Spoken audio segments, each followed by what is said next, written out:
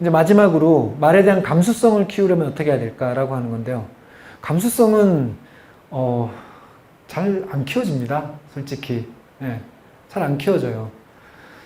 옆으로 잠깐 세서 제가 아주 시골에서 자랐는데 그냥 제가 농담처럼 하는 말씀인데 제가 태백산맥의 그 가운데 줄기에 살았기 때문에 이 험산 줄령 막 이렇게 높은 산 막 이런 것도 많이 봤거든요. 그래서 웬만한 이렇게 전경을 보면서 다른 사람은 다 탄성을 지르면서 와 멋지다 멋지다 이러는데 저는 그냥 밍숭맹숭해요. 그래 산이네. 이러거든요. 그러면서 든 생각이 왜 나는 저 아름다움에 대한 감수성이 별로 없지? 이런 생각이 스스로 많이 있습니다. 아, 왜 아름다움을 느끼고 환호하고 감탄하지 못할까? 이런 마음이 드는데, 감수성이라고 하는 건 그런 면에서 애를 써야지 조금씩 잘하는 것 같아요. 제가 여러분한테 말씀드리는 것도 말은 쉬운데 실제로 말에 대한 감수성 이런 걸 기른다? 쉬운 일은 아닙니다. 그런데도 굳이 얘기를 한번 해보죠. 첫 번째, 두 가지 섞여 있는 건데요. 예민하라, 관찰하라, 그리고 관찰한 것을 다르게 말해보자. 이거는 의식적으로 그래야 됩니다. 예. 강박이 있어야 돼요. 다르게 말해야지. 예. 다르게 말해. 저도 이제 막 50줄이 넘으니까요. 어디 행사가 있으면 인사말 해야 되잖아요. 다르게 말하고 싶은데. 예. 항상 그렇습니다. 근데 이 다르게 말하기나 아니면 좋은 관찰을 하려면 세 가지는 다 같은 얘기인데요. 제가 느끼는 겁니다. 제가 글을 쓰거나 연구를 하거나 이럴 때 항상 드는 깨달음인데요.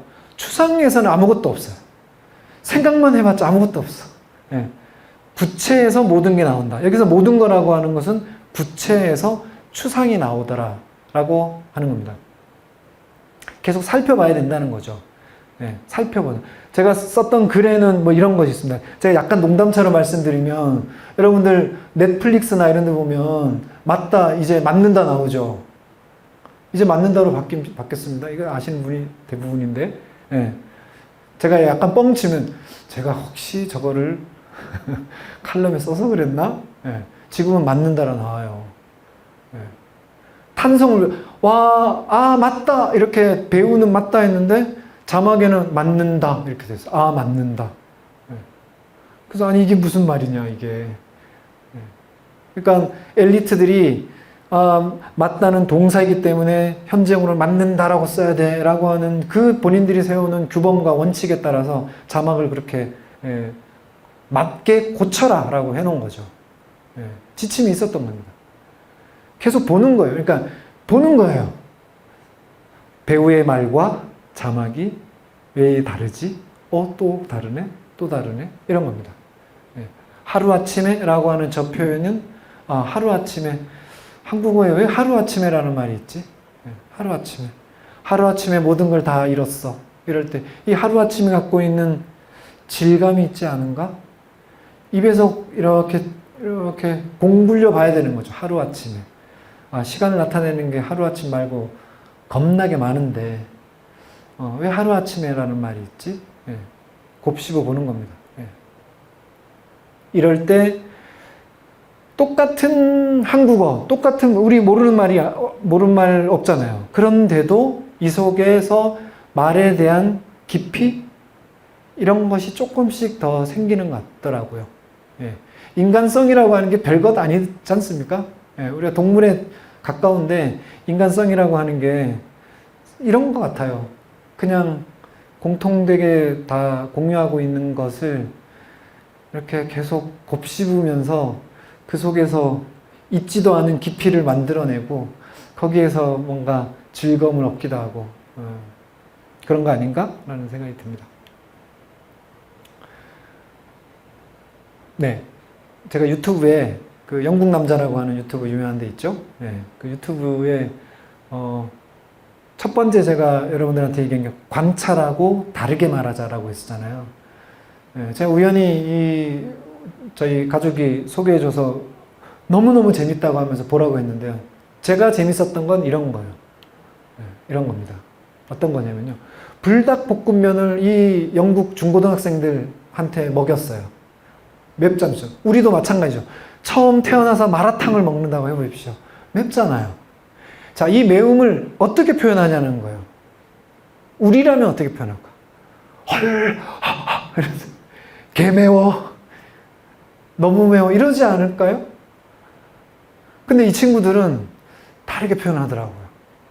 네, 다 읽을 수는 없지만 이런 두바이에서 내장을 태닝한 것 같아. 네. 영국이 축구 결승전에서 졌을 때보다 더 슬퍼 보여.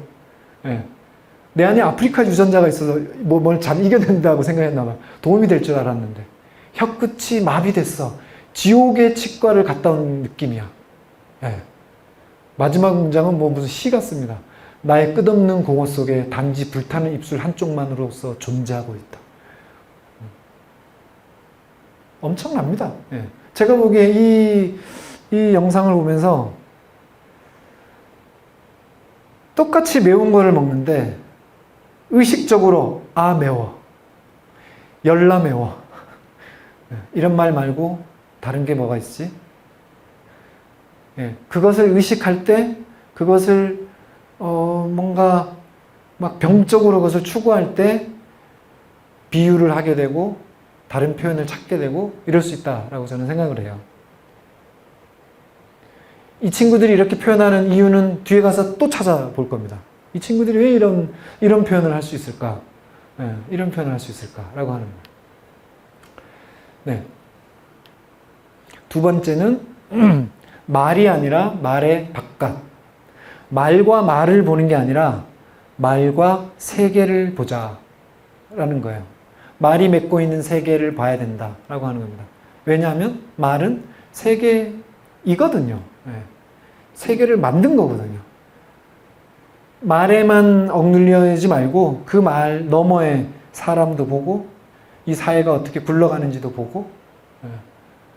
그래서 말에 주목하는 사람은 세계에 대한 주목도 합니다. 어디에 모순이 있고 어디에 아픔이 있고 네. 어디에 또 인간으로서의 가능성이 있고 이런 것들을 찾는 거죠. 네. 그것을 말이 잘 담고 있느냐라고 하는 것도 또 관찰하는 거고요. 네, 간단하게 넘어가겠습니다. 세 번째는 어렸을 때부터 지긋지긋하도록 들었던 책 읽기입니다. 달리 방법이 없는 것 같아요. 말에 대한 감수성이라고 하는 거는. 네. 제가 지금까지 이렇게 만나본 사람 중에서 말을 남다르게 하는 사람들은 하나같이 책을 많이 본 사람입니다. 하나같이. 물론 말을 못하는 사람 중에도 책을 많이 본 사람이 있어요. 책을 많이 본 사람이 있는데 대부분 이렇게 연결이 되더라고요. 그것을 증빙하는 게 올해 나온 그 OECD 국가를 대상으로 그 피사라고 하는 거 있지 않습니까? 거기에 나온 보고서인데요. 21세기 독자 뭐 디지털 세상에서의 문해력 개발이라고 하는 보고서인데 신문에도 길게 나오고 그랬었는데요. 한국 학생들이 그러니까 만 15세, 그러니까 중3에서 고1 요 정도 나이 한국 학생들이 디지털 문해력이 매우 떨어진다라고 하는 그런 결과예요. 디지털 문해력. 거기서 디지털 문해력이라고 하는 건 뭐 여러 항목들이 있는데 예를 들면 이런 겁니다. 사기성 전자우편 있죠? 피싱 메일이라고 하는 거 있잖아요. 피싱 메일에 그 속지 않는 피싱 메일을 하나 보고 그러니까 유명한 그 스마트폰 회사에서 이메일을 보내는 거죠. 보내서 속여서 이것을 여기에서 당신의 개인정보를 주면은 스마트폰을 보내줄게 라고 했을 때 자기 개인정보를 넣는 그 비율을 조사해 본 거예요. OECD 국가 중에서 한국 꼴찌입니다. 예. 꼴찌예요. 그러니까 디지털 문해력이 떨어진다는 거죠. 그리고 지금 이 표에 나오는 것처럼 사실과 의견, 이것이 사실이냐, 이것은 의견이다, 견해냐라고 하는 것을 구분하는 평가를 해봤는데 평균이 47%가 구분하는데 한국은요 꼴찌예요. 25.6%만 사실과 의견을 구분할 줄 안다는 거예요. 저 위에 사실과 의견을 잘 판단하는 미국, 영국, 캐나다 이런 데가 있죠.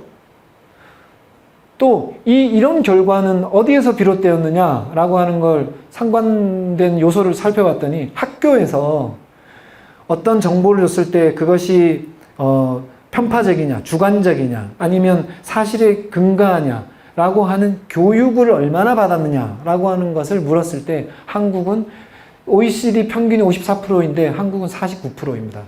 그러니까 저것이 관련이 있는 거죠. 결과적으로는 꼴찌라고 하는 거. 아이들이 훨씬 거짓 정보에 잘 속아 넘어가고, 이거는 10대에서부터 저기 노인층까지 이게 다 연결이 되어 있네요. 네. 저는 이 보고서에서 이 결과와 저는 연결되는 것 중에서 이게 가장 주목이 됐었습니다. 네. 뭐 화면상 잘 안 보일 텐데요. 그냥 뿌옇게 보여도 됩니다. 학교에서 읽어야 할 글의 길이, 디지털 문해력, 디지털 리터러시라고 하는 건데요. 그러니까 우리가 온라인상에서 정보가 이것이 신뢰할 만하냐 아니면 거짓 정보냐라고 하는 것을 판단하는 것, 그런 것에 힘을 길러주는 것을 이 피사에서는 글의 길이를 연결시켰더라고요. 예, OECD 평균은요, 지금 흐릿하지만 OECD 평균을 보면 이게 이제 전체를 10으로 놨기 때문에 길이는 다 똑같습니다. 예, 파란색, 오른쪽이 파란색으로 보이는 것이 있죠. OECD에서는 지금 색깔이 약 검은색, 회색, 파란색 이렇게 얘기를 할게요. 검은색은 10페이지 이하의 글을 읽은 것, 그 다음에 회색은 11페이지에서부터 100페이지짜리 글, 그 다음에 파란색은 101페이지가 넘는 좀 긴 글이죠. 긴 글. OECD에서는 긴 글을 읽은 비율이 3, 4% 정도 돼요. 예. 그리고 이게 상위에 랭크되어 있는 핀란드, 덴마크, 캐나다, 그 다음에 영국 같은 곳에서는 전체 100이라고 하면은 몇 프로냐면 75% 정도 됩니다. 예. 상상이 잘 안 돼요. 어떻게 학교에서 책을 읽는데 책 읽는 과제가 100페이지가 넘는다니까요. 한국은 어디 있을 것 같습니까? 저는 이 결과도 이것도 믿기지 않았었는데 여하튼 어디냐면요. 여기 있습니다. 네. 76개국 중에 67위예요. 67인데 파란색을 보십시오. 파란색이 조기가 10% 정도 돼요. 7%에서 10% 사이거든요. 저는 저 결과도 잘 안 믿겨요. 언제 우리가 중고등학교 다닐 때 100쪽이 넘는 글을 읽은 적이 있나요? 여름방학 숙제, 겨울방학 숙제? 이때?